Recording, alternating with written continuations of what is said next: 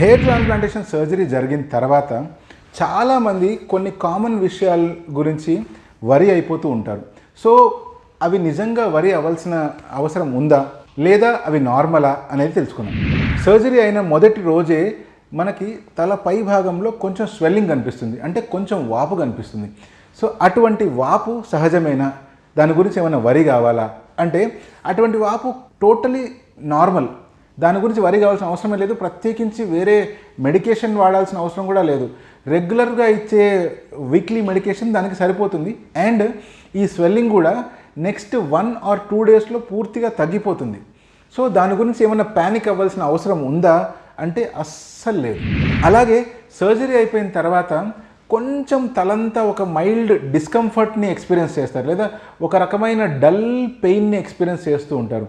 Are tingling numbness, ఒక రకంగా తిమ్మిరిగా అనిపిస్తున్నట్లు, తలంతా సెన్సేషన్స్ కొంచెం తక్కువగా ఉన్నట్లు అనిపిస్తుంటుంది. యాక్చువల్గా అది తల సెన్సేషన్స్ తక్కువ అవడం కాదు, తల మీద ఉండే చర్మం పై పొరలో సెన్సేషన్స్ అనస్థీషియా వల్ల కొంచెం తక్కువగా ఉండి ఉంటాయి. అవి కాస్త స్లోగా ఇంప్రూవ్ అయిపోయి 4th or 5th డే కల్లా నార్మల్ అయిపోతుంది. రేర్గా కొంతమందికి 15 to 20 డేస్ కూడా ఉంటాయి, ఇంకా రేర్గా కొంతమందికి 30 డేస్ కూడా ఉంటాయి. అలా ఉన్నంత మాత్రాన మనం వరి అవ్వాల్సిన అవసరం ఉందా అంటే అస్సలు లేదు. పోనీ ఎవరికైతే అలా 15 days 20 డేస్ ఉంటుందో అవి తగ్గడానికి యూజువల్గా మిథైల్ కోబాలమిన్ సంబంధించిన ట్యాబ్లెట్స్ వాడుతున్నప్పుడు అవి ఆటోమేటిక్గా నర్వ్ ఎండింగ్స్ ఇంప్రూవ్ అవుతాయి, కాబట్టి ఆ సిమ్టమ్స్ అన్నీ ఇంప్రూవ్ అయిపోతాయి. సో దాని గురించి వరి అవ్వాల్సిన అవసరమే లేదు. హెయిర్ ట్రాన్స్ప్లాంట్ తర్వాత ఇంకొక కామన్ థింగ్ గురించి విపరీతంగా భయపడిపోతుంటారు, ప్యానిక్ అయిపోతూ ఉంటారు.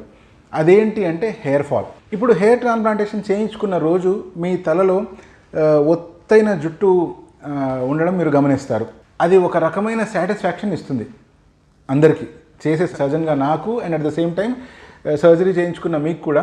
అక్కడ ఏమీ లేని ఏరియాలో ఒక్కసారిగా అంత జుట్టు వచ్చేసి ఇవి మొలుస్తాయి అన్న హోప్ నిజంగానే ఎంతగానో ఆనందాన్ని ఇస్తుంది. కానీ ఇదే హెయిర్ ఒక 5వ రోజు 6వ రోజు నుంచి ఫాల్ అవ్వడం స్టార్ట్ అవుతుంది.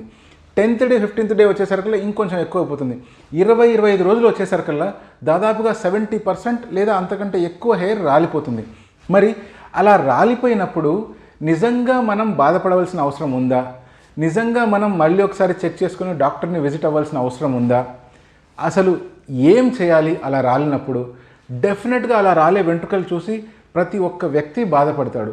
మరి దీన్ని ఎలా అప్రోచ్ అవ్వాలి అంటే ఫస్ట్ పాయింట్ మనం అర్థం చేసుకోవాల్సింది, ఎప్పుడైతే హెయిర్ ట్రాన్స్ప్లాంట్ చేస్తామో ఈ ట్రాన్స్ప్లాంటెడ్ హెయిర్ అనేటువంటివి ఒక్కసారి మీ స్కాల్ప్ లోపలికి వెళ్ళిన తర్వాత ఈ హెయిర్కి ఉన్న స్టెమ్ సెల్స్ అనేటువంటివి లోపలికి ఇంబైవ్ అయిపోతాయి.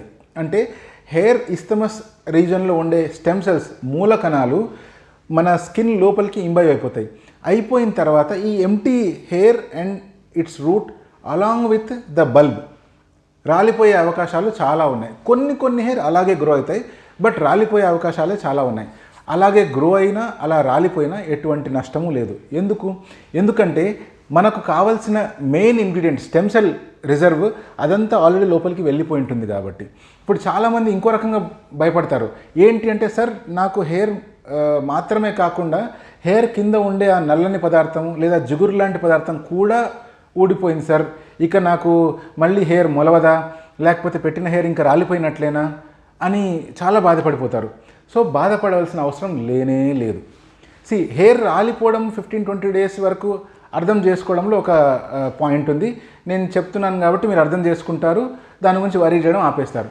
కానీ ఇప్పుడు ఈ హెయిర్ రాలిపోయిన హెయిర్ మళ్ళీ గ్రో అవ్వడానికి అట్లీస్ట్ 45 డేస్ నుంచి 2 months పడుతుంది. మరి ఈ 2 months పీరియడ్లో చూసుకొని ప్రతిరోజు అద్దం చూసుకొని జుట్టు లేదు, జుట్టు రాలేదు, వచ్చిన జుట్టు అంతా పోయింది అని విపరీతమైన ప్యానిక్కి గురి అవుతారు. తీరా 2వ నెల ఆ ప్రాంతంలో జుట్టు మొలిచినప్పుడు కూడా అక్కడక్కడ 1-2 హెయిర్ స్ట్రాండ్స్ మాత్రమే గమనిస్తాము. దీన్ని చూసి ఇంకా ప్యానిక్ అయిపోతారు.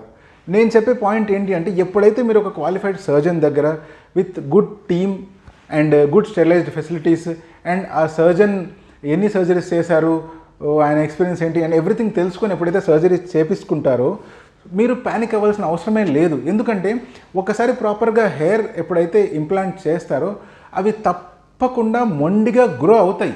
గ్రో అవ్వాల్సిందే, అది గ్రో అవ్వడం ఖాయం. బట్ న్యాచురల్ ప్రాసెస్ని మనం స్పీడప్ చేయలేము. అందుకని ఈ సెకండ్ మంత్ కనిపించే 1-2 వెంట్రుకలైనా, థర్డ్ మంత్ కనిపించే 20-30% వెంట్రుకలైనా, ఫోర్త్ మంత్ కనిపించే 40% వెంట్రుకలైనా దీనిలో స్పీడ్ చాలా తక్కువ, అంటే గ్రోత్ రేట్ తక్కువ. మన సొంత వెంట్రుకలు around 3 to 4 centimetre per month స్పీడ్తో గ్రో అవుతాయి, అంటే ఈ సైడ్ వెంట్రుకలు కానీ ఇక్కడ వెంట్రుకలు కానీ. కానీ implanted hair hardly 3 to 4 mm, అంటే 1/2 సెంటీమీటర్ కంటే తక్కువ స్పీడ్తో గ్రో అవుతుంది. కాబట్టి మనం థర్డ్ మంత్ ఫోర్త్ మంత్ కూడా చాలా తక్కువ గ్రోతే చూస్తాం. మరి రియల్ విజిబుల్ గ్రోత్, మనం ఫీల్ అవ్వగలిగే గ్రోత్ ఎప్పుడు నుంచి స్టార్ట్ అవుతుంది అంటే దాదాపు 6th మంత్ పీరియడ్లో ఒక గ్రోత్ స్పర్ట్ లాగా గ్రోత్ స్టార్ట్ అవుతుంది. అంటే ఒక్కసారిగా స్లోగా 1-2 అవుతున్న గ్రోత్ కాస్త ఒక్కసారిగా స్పైక్ చూపిస్తుంది అరౌండ్ 6th మంత్.